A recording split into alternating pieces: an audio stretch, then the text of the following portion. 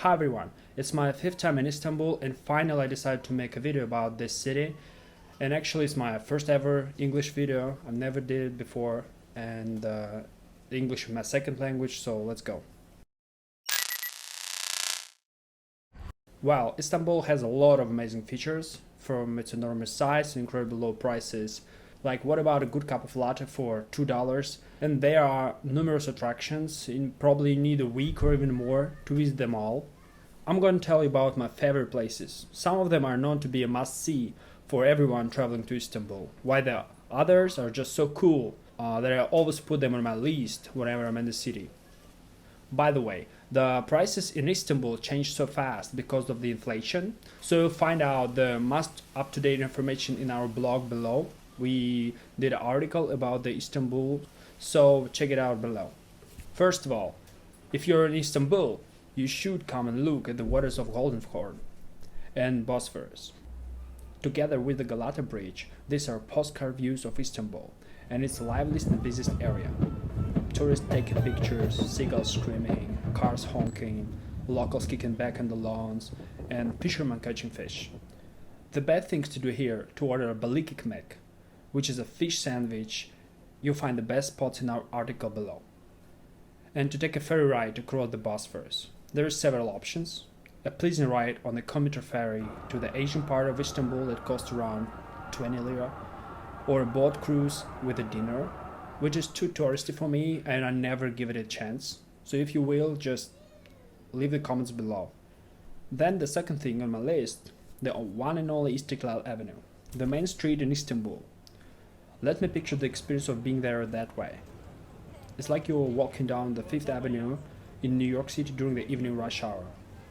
Yet, Istiklal Street in Istanbul is pedestrian only, so all sort of people are always out in drafts here. What can you find in Istanbul beside the crowds?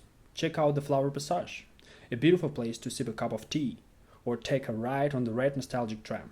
Yep, that's the real name of the tram. My suggestion is to grab a fried corn from the food truck and walk all the way down to the Taksim Square or Galata Tower. That tower on the hill that is seen from any point on the Golden Horn waterfront.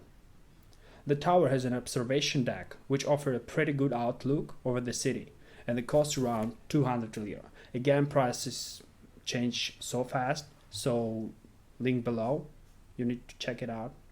A breakfast for two in a cool coffee shop costs around 100 lira or $7 US. Another well-known area of Istanbul is Fatih district, where you'll find the three major mosques, the Byzantine Wall, the Grand Bazaar, the Basilica Cistern, and many other famous sites. So if you're in the city, if you're in Istanbul, don't stuck in Fatih. Visit other places, so Istanbul is such a beautiful city. So mosque-wise, start with the Süleymaniye Mosque, located 15 minutes walk from the Galata bridge. The views from the terrace are glorious, especially the sunset. Around 20 minutes farther, you come across the famed Blue Mosque. Its interiors are covered in cobalt blue tiles, hence the name. Opposite of the Blue Mosque stand the venerable Hagia Sophia, which is in my opinion worth looking from the inside. All three mosques are free of charge because they are, well, the mosques, but be aware of the huge lines to enter. If you have one day in the city, probably you better check them out just from the outside. After visiting the mosques, make a stop at the Basilica Cistern, almost 1,500 years old reservoir hidden under the ground. My advice is to make sure that this place is open because it has been renovated since 2021. The central part of Istanbul doesn't boast the many green lush parks, so you can't miss Golden Park, a perfect place to hide in the shades of the trees when it gets too hot in the city, have a picnic or enjoy the blooming flowers.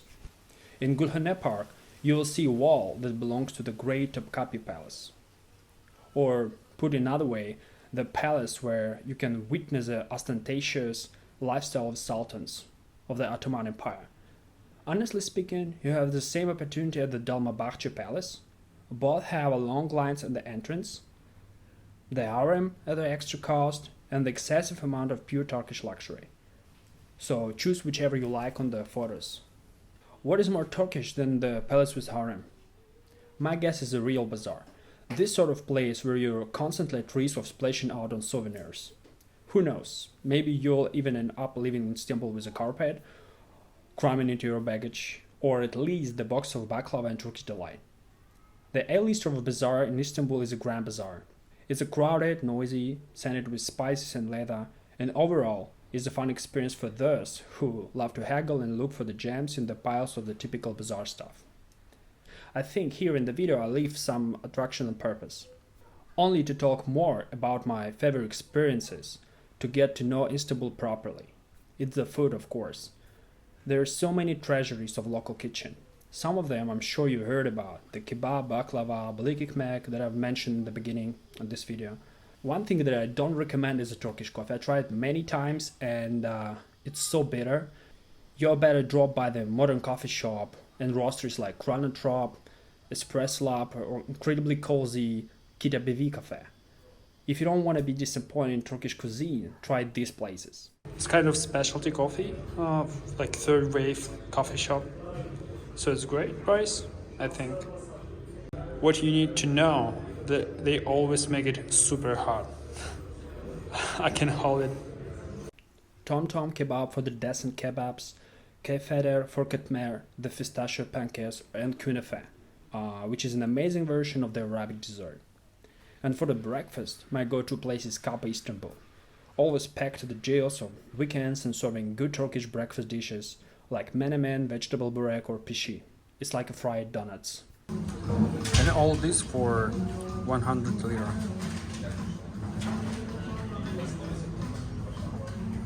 There are lots of good local places in Istanbul, but mostly their names are unpronounceable. So I know to take notes from our article below, and some practical tips in the end of the video. Where to stay in Istanbul? Well, I love to stay near all the yummy food points, so accommodation in Beyoğlu in close proximity to Galata Tower is my choice. It's also suited for sightseeing as it only takes 20 minutes on the tram to get to the historic center. If you need a hotel recommendation, look up Lina Pera Hotel, a nice place for a short stay with beautiful interiors. So I think that's all. Thanks for watching this video. Subscribe to the channel and we'll leave more tips about Istanbul in that article.